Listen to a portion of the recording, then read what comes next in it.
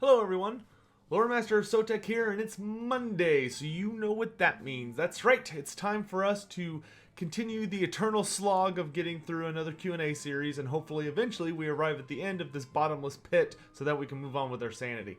But in any event, let's go ahead and get started for today. Our first question comes from Bishop of Cheddar. He asks, are there dwarven underways beneath the mountains of Morn? If so, are the ogres known for using them in the same way as greenskins and Skaven? No. So the underway, which for those unaware is it's not a labyrinth, but the colossal length of underground roads that the dwarves thousands of years ago delved beneath all of the mountains, and they connected all of the various mountain ranges and all of their realms, to the extent it was kind of like an underground rail or highway. That, not a railroad, but there's my American history coming out there for a sec. But essentially, it allowed the dwarves to travel between the various dwarven kingdoms without ever having to come up on the surface. And this was made when the dwarves were in their absolute height of their power, back in their golden age, long before they even met the elves or men or any of those other races. So when they established them, though, they only put them in the places where they had holds at the time. So for instance, there technically are not super famous dwarf underways underneath the likes of the Grey Mountains, for instance. Pretty much all of them that you would find are under the Badlands, and then the entire length of the Mountains of Morn, and a little bit, and pretty much up to the border of the Black Mountains. There is a little bit, you can go past that way, but for the most part, once you reach that area, you're starting to look at more recently made creations, which aren't really strictly the underway at that point. Those tend to be more of like natural cave formations, or more hastily created roads, or recent eras, so they're not quite up to the high level. But going east, no, there is nothing like that. Once you've passed the World's Edge Mountains, that's it. Once you have left the border of the World's Edge Mountains, there is no underway to take you across the Darklands. The only way to the Mountains of Morn is to either go by foot, go by sea, or I guess an airship if you had one. But there is no underground route that leads out to the Mountains of Morn.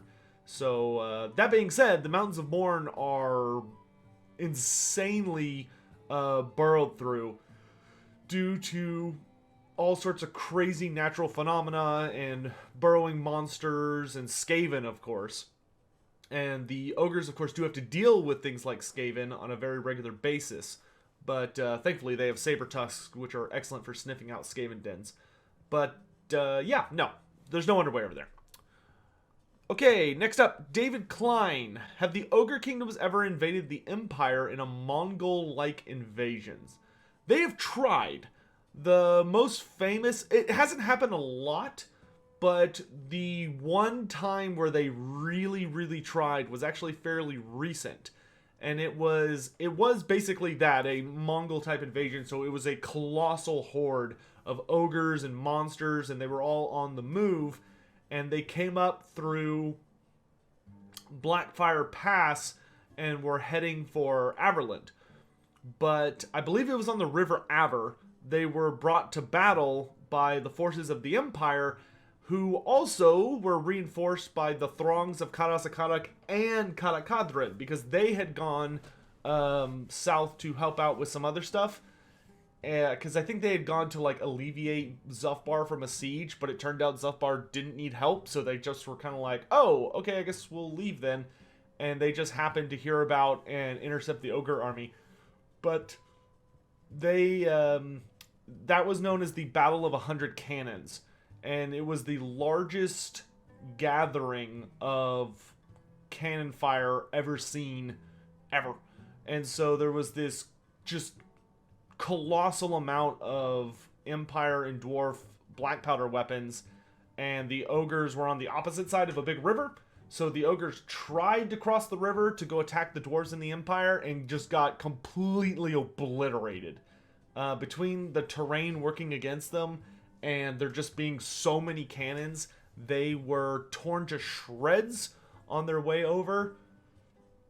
And those that did somehow make it across the river just found like an angry, bored army of dwarves with like fully kitted out weaponry and stuff waiting for them from the capital of the dwarves and the Slayer Keep, which are like the worst ones to go up against if you're an ogre.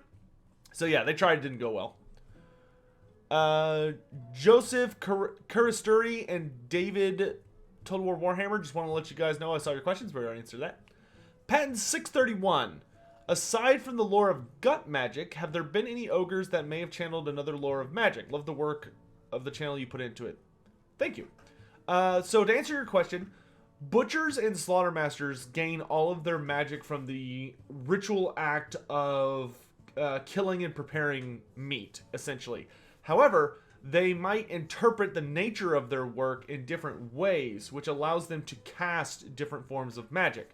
So most of them will, like the average butcher or slaughtermaster in that act of ritualistic cooking or ritualistic slaughter is going to channel the power of the Great Maw itself. And that's how we get gastromancy, or the lore of the Great Maw. Some, however, are drawn to the related winds to a specific act. So, for instance, some ogres might draw power from the very animal meat that they're using and consuming itself. So it's not the act of eating it, but rather the raw animals that they're actually working with. They're able to imbibe that natural power and unleash it in the form of magic. And those ogres channel the wind of beasts, whereas others have prophetic dreams where they see fiery comets falling across the sky, and witnessing that in their mind and in their dreams gives them the power to control the weather and the kin of the Great Maw, meaning like meteors and comets and stuff. And the final group tend to be very fascinated and draw power from the very act of killing itself. So the effort of slitting someone's throat, or breaking someone, or killing an animal to slaughter it so that it can be prepared for food. And those are the ogres that draw from the lore of death. So the TLDR, the lores of magic available to the Ogre Kingdom wizards, the butchers and stuff, are the lore of beasts, heavens, death, and the lore of the Great Maw. Then there are, of course, the very unique case of the Fire Bellies, whom find that their extreme devotion to the Firemouth grants them control over the lore of fire. Silas Gupta, there we go. How did the ogres survive the end times and end up in Age of Sigmar? Long story short, they didn't. They all died. Age of Sigmar, it's worth noting that Age of Sigmar, most everybody died. However, once the world exploded over many millennia, like hundreds of thousands, maybe millions of years, we don't know, the 8 winds, when they detonated and kind of scattered across space, started to draw in towards one another, and they coalesced until they formed like physical planes. And at all of these places, various fragments of the races that resided in the world that was basically started to naturally repopulate the world. It was basically like, imagine if Warhammer seems to fall more under the concept of that there's a limited amount of, it's a truly colossal amount, but there seems to be a limited amount of souls in the universe. And whenever someone dies, their soul goes to the afterlife, and then slowly over time it'll degrade back into the very essence, the very building blocks of essence. And at some point, that soul, or at least the bits that made it up, will break apart and eventually start over and reform into a new soul. So when Age of Sigmar, when the realms started to form, as those winds of magic started to coalesce and form physical planes, being the 8 realms and then all the little pocket realms, some of them had the very intrinsic building blocks of the races that were tied very well to them. So like the ogres began to pop up in the realm of beasts because they had been so deeply tied to the Wind of Gur. And you know, so humans were popping up and dwarves were popping up and all this other stuff. And they were different. They're a little different than they were in Warhammer Fantasy, but they're fundamentally the same. So the ogres that you see in Age of Sigmar are not the ogres from Warhammer Fantasy. They are essentially their direct descendants following the Cataclysm. They're the reborn version of the ogres. And that's why they have slightly different qualities. And have been interpreted in different ways. We have another question from Silas Daxgupta. There we go. He asks, what is the... I like this question. What is the process for ogres taming the various beasts and monsters that they ride/command in battle? Also, under what circumstances would an ogre end up choosing to eat one of these creatures instead of continuing to use them? Well, the second half of the question I can answer very quickly, which is just that if an ogre is hungry and there's nothing else available, he will kill and eat a pet or a mount if he's desperate. Or if the beast is wounded in such a way that it's clearly outlived its usefulness, and like it's just not going to be a useful tool any longer. Once again, ogres are very pragmatic. They tend to very rarely form emotional bonds and connections to particular things. So for them, killing a Saber Tusk if you're a hunter, or killing like a Mournfang if you're its rider and stuff, it sucks because you put a lot of effort into it. So you have to weigh that very carefully. But if they come to the decision that it's no longer of use, then they'll put it down and eat it. But that's the only reason they would do that. It's exceedingly rare that they would ever kill it for any other reason than they're starving or the beast is no longer useful. Because acquiring these beasts, as you're about to find out, is very hard.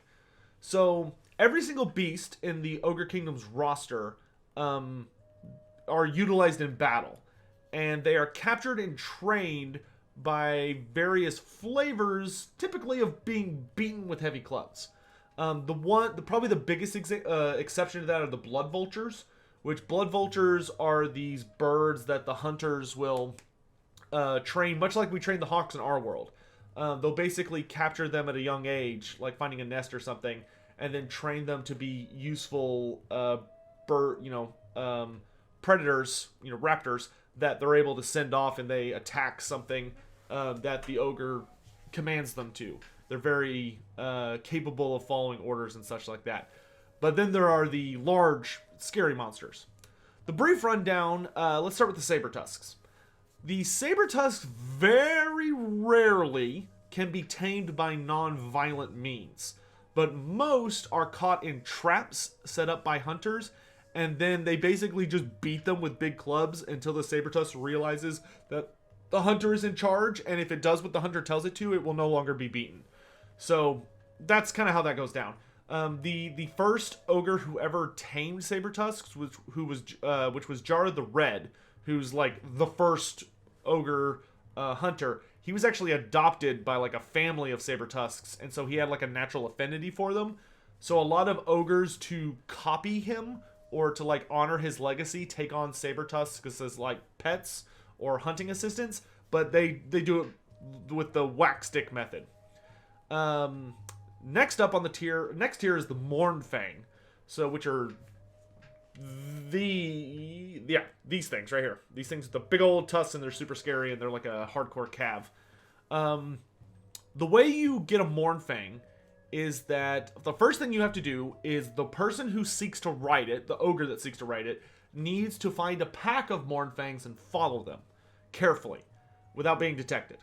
If he follows them long enough, eventually there will be a battle for dominance, because Mournfangs are a very aggressive species that have a very strict social hierarchy, and whoever the alpha of the Mournfang tribe is constantly has to fight off defenders. So what a potential rider will do is they will lurk around and wait until one of these challenges happen and stay out of it until a victor emerges. Once a victor, because Mournfangs always battle to the death. A challenge will not be stopped until one of the Mournfangs is dead. Once that happens, Basically, what you do is, because the Mornfang is so exhausted from fighting and blood loss, the ogre can then charge into wherever this Mornfang was fighting the challenger, and they just jump onto it. So you just vault yourself onto its back, and you hold on for dear life, because that Mornfang is gonna buck and run around with everything it has to try and get you off. If you fall off, you're dead. Period. End of story. It will throw you on the ground, and then it will gore you with those colossal tusks and eat you, and you're dead. Like, that's it. So, however, if you manage to maintain your position atop the Mornfang, you just have to basically wait until it tires itself out, which hopefully should happen pretty quick. At the point that the Mornfang collapses from exhaustion, it can no longer fight. They have very tiny brains, and the Mornfang will basically acknowledge the ogre as its rider and like the boss. Once the ogre has proven that he is superior by hanging in there until the Mornfang gives up. From that point onward, as you can see over here, the ogres tend to utilize these big like two-handed club things. Or they're almost kind of like, some of them are like kind of big blades, others are kind of just big clubs, and they'll use those to kind of whack the Mornfang so that it like goes the right direction, and generally make sure to keep it in line. And as long as they keep feeding it meat on a regular schedule and give it a good hit every now and then to make sure it still understands who's boss, they're almost capable of being tamed. But at that point, they're like functional cavalry. The next tier up from that, we have the Thunder Tusk. So, a Thunder Tusk, actually let's do the Rhinox next. That's probably the next tier. Rhinox are pretty straightforward. To capture a Rhinox, they travel in herds, and they're basically giant primordial rhinoceros from our world. And the way you capture a Rhinox if you're an ogre is the tribe, especially if they have a hunter on board, will basically just surround the herd and cause some kind of loud sound or charge them enough to get the Rhinox to start running and either scatter or the herd will move in a stampede. And then you pick off the stragglers, either the slowest or the largest ones, depending on how ambitious you are. And once you have the appropriate ones isolated, it's a pretty simple method of just hit them with clubs. Just whack the Rhinox until it gives up and stops trying to fight you. And once the Rhinox has been hit a good number of times and it kind of gets the gist, Rhinox are for the most part pretty chill. When they're younger, they're easier to mess with. It's easier to like strap various pieces of garbage on them. Like Noblars will use Rhinox to invent these things called scrap launchers, which are basically mobile catapults that shoot like a bunch of random metal crap at the enemy, or scrap. And the Noblars almost always will use like the youngest Rhinox they can find in a tribe, just because it tends to be the most tolerant of them. Whereas if you want like an Iron Blaster, well, the ogres are manning the Iron Blaster, so they'll actually go for like the bigger Rhinox, who are strong enough to haul it around and also won't like freak out when the cannon fires. Tier above that, you have the Thunder Tusks. Now, Thunder Tusks, which is this big boy right here, are these big old dudes that breathe ice, and they're like a living blizzard. And you might notice that they have these colossal tusks coming off their face that makes it look like it'd be impossible for them to eat. Fun fact, it is kind of impossible for them to eat. The way the Thunder Tusk works is it basically has to perform like really specific forms of hunting, like go after really specific forms of prey or plants, and it's able to harness its ice powers to functionally try and feed itself. And what they'll do is, when summer starts coming in, even in the cold, horrible blizzards of the Mountains of Morn, in summer it gets too hot for the Thunder Tusk. So they will basically, using their frost breath, will create a type of, not an igloo, but like a bubble of like pure ice and snow around their bodies, and they'll hibernate until late fall. And when that happens, if the ogres are lucky, that's when they'll discover the Thunder Tusk. Because when a Thunder Tusk is hibernating, a hunter, which it's always a hunter that goes after a Thunder Tusk, never regular ogres. But the hunter will basically wait for a Thunder Tusk to emerge from its hibernation, and at that point he just springs on it. Like you are triggering your traps on it, you're harassing it with your Saber Tusks, you're hitting it with a club, you're stabbing at it with a spear. It's this like epic confrontation because it's usually so weak from having not eaten for many months and had gone through all its reserves that it's at its most vulnerable. But of course, they're also exceptionally dangerous.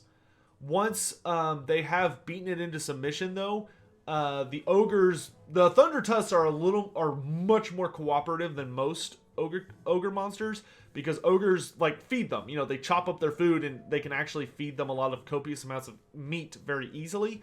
So Thunder Tusks are much more tolerant of ogres than most other beasts. And that's actually why a hunter can capture one and just sell it to a tribe, and it will adjust to having 2 riders who were not responsible for catching it very, very easily. Like, it has no issue putting up with that. And then finally are the Stonehorns.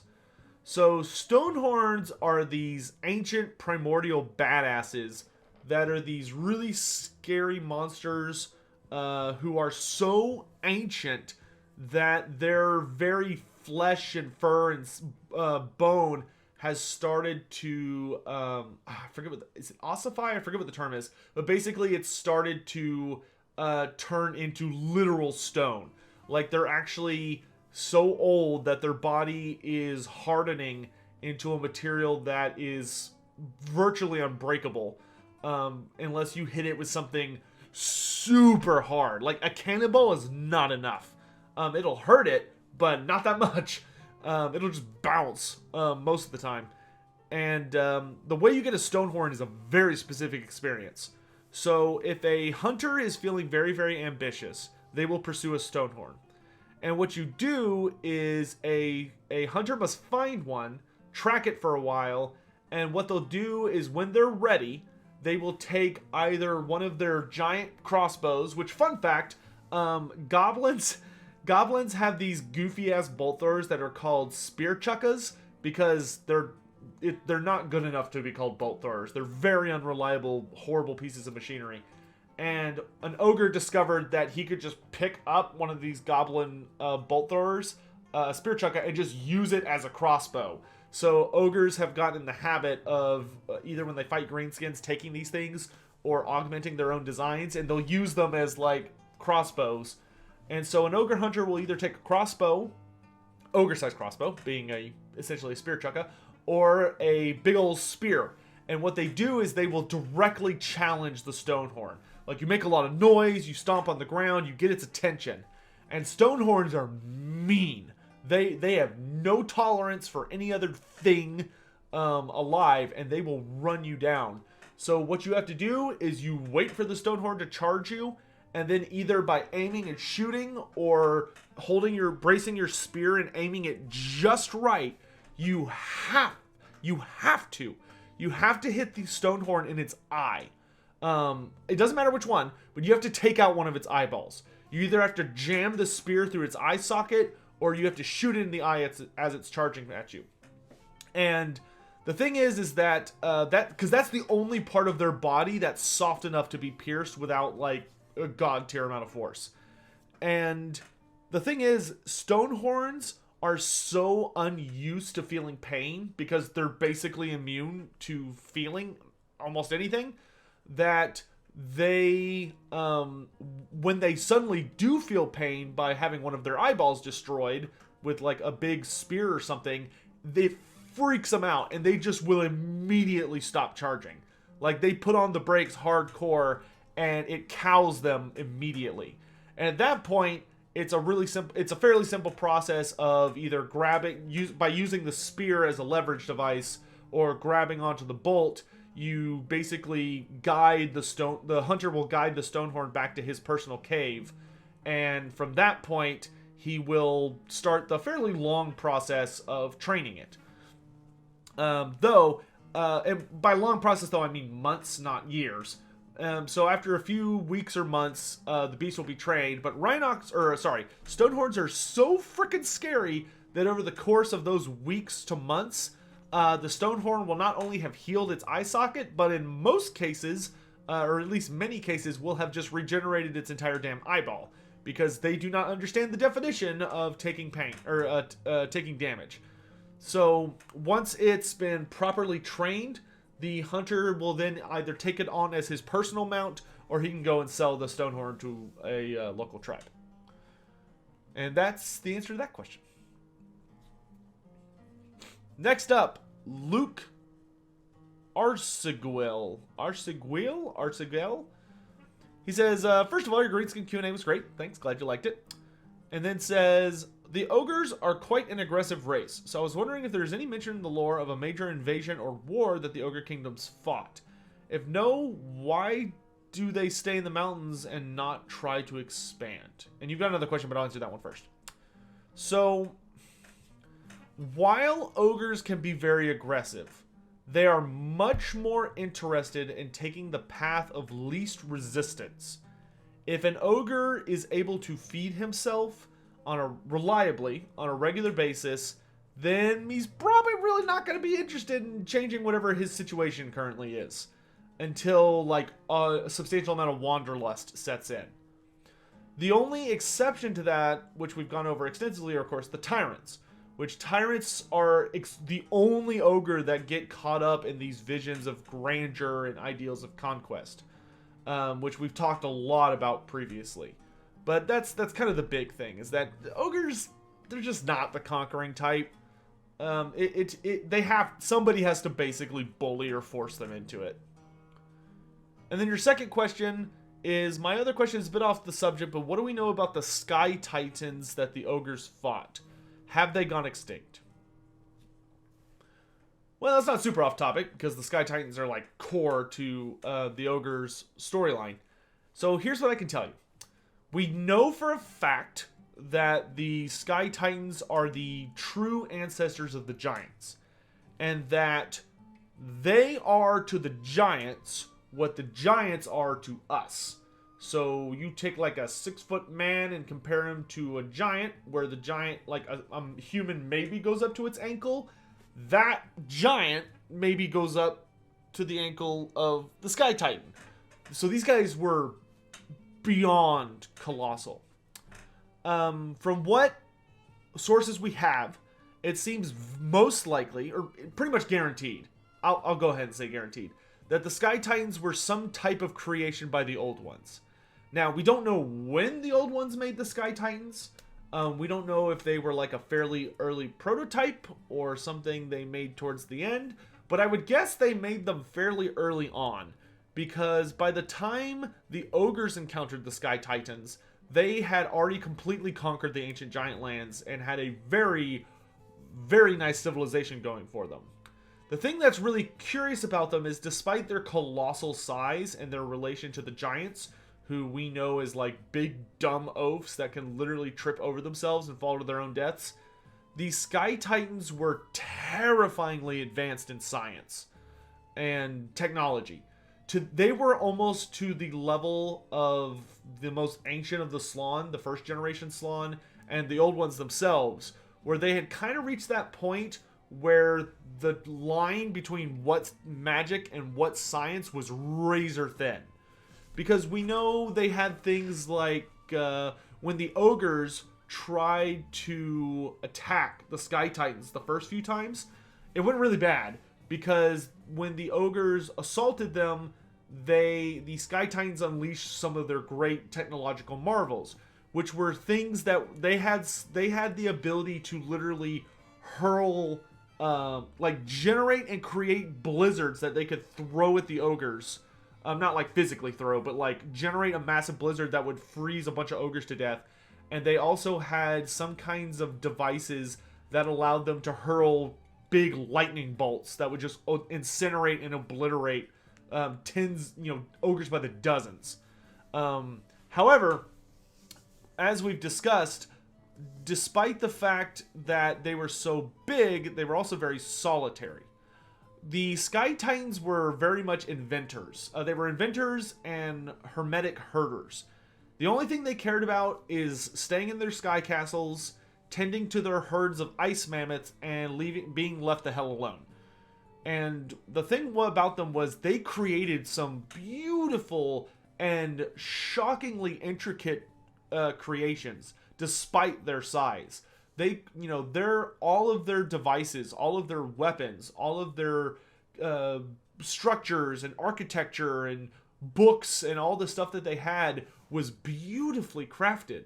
It's the Iron Blasters tend to have all these really intricate designs all over the bronze casing of the cannon, and the Ogres didn't do that. It was the Sky Titans that did that. Which, when you consider how big they are, like the fact that they were able to get that specific in their designs, they were geniuses. They were master artisans. And their lives just revolved around, they would invent things, and they had gardens and forests that they tended to, and they had these giant herds of ice mammoths that they used for, food and stuff. It was their flock, but they cared for them very deeply. The reason the Sky Titans even started attacking the Ogres in the first place was because the Ogres kept killing the ice mammoths. The Ogres were so gluttonous and greedy that they were like running the herds off cliffs and stuff and killing entire herds at once just so they could eat them all. And the Sky Titans were furious because all of their beloved herds were just being murdered by these strange small monsters. But beyond that, we don't really know too much about them. The Ogres have never cared for recording information. They are not a race that values knowledge in any sense of the word. They like stories, but they care not for books. They do not know how to read. They do not know how to write. To say that Ogres have crude drawings is a grotesque understatement. And their culture is all about consumption. And that alone. They do not create, they destroy. They do not craft, they take. And so the Ogres did not keep any really in-depth articles or information or facts about the Sky Titans, and they preserved very few of their artifacts. The only things we have left from the Sky Titans are the things that the Ogres found out how to turn into weapons. And some of them are like absurdly powerful, despite the fact they were not meant to be deadly weapons. I mean, there is one weapon that we'll talk about in a later video that's literally, I want to say the Sky Titans designed it as like a stabilizing device in the construction of one of their castles. And the Ogres turned it into like a mace that can literally obliterate the structures of smaller creatures with like a single hit. Like just bizarre stuff like that. And of course, the Iron Blasters and stuff. That being said, as to whether or not they're extinct, it is most likely and very widely believed and accepted that the Sky Titans were completely wiped out during the War in the Sky. With the one exception, there was a Sky Titan who showed up later, who we talked about last video, who kind of wandered around the Mountains of Morn, but he was eventually tracked down, killed, and eaten by the Ogres. But there is a legend among the Ogres that the very last few, so like the last handful of the Sky Castles were, or the Sky Titans rather, were somehow able to escape the wrath of the Ogres by either creating or transforming their sky castles into flying fortresses. These like immense floating cities almost that were able to break off from the very land itself in the ancient giant lands and soared off into who knows where. They like took off into the clouds and the Ogres lost sight of them. Supposedly. That's a story that the Ogres have held on to, is that some of the Sky Titans escaped them by doing that. However, if that's the case, I don't know where they went. I mean, they could have, maybe they went into space to like a different realm or a different planet, or who knows. Maybe they went up into the sky and they settled somewhere else on the planet. Maybe they went to Albion. Maybe that's how the Giants of Albion situation happened in 8th edition, because 8th edition doesn't really address the Albion crisis. Maybe they didn't. You know, maybe they tried to do that and then it failed and they crashed and died somewhere. Or maybe they set off somewhere, but since they were so high in the upper atmosphere, all the warpstone dust that was up there corrupted and poisoned them and ended up killing them. It's impossible to say. So it's the story of the Sky Titans is a very somber and sad story. When you really read into it, like if you take away kind of like the some of the goofiness of what the Giants have become, and really look at what they've become, and that they're these horribly twisted, bloated creatures that are so inbred that their intelligence has turned into that being on par with that of like the common orc. And they're these illiterate drunkards who literally drown themselves in alcohol just not to feel the pain of just existing, because their bodies are so twisted and unnatural. It's a really sad story, but you know, that's Warhammer for you. I mean, sometimes it's like super bombastic, goofy stuff. Sometimes it's amazingly awesome, epic moments of heroism or horrible, badass moments of evil. And sometimes it's just really sad. And that's just kind of one of those stories. But that's what I love about it. You know, I love that there's kind of a story of every flavor hanging around the Warhammer Fantasy world. So anyway, guys, that's going to do it for me this evening. I hope you all have a wonderful day. And we will hopefully be wrapping up this series. We're slowly but surely approaching the end. So see you guys tomorrow. Till then.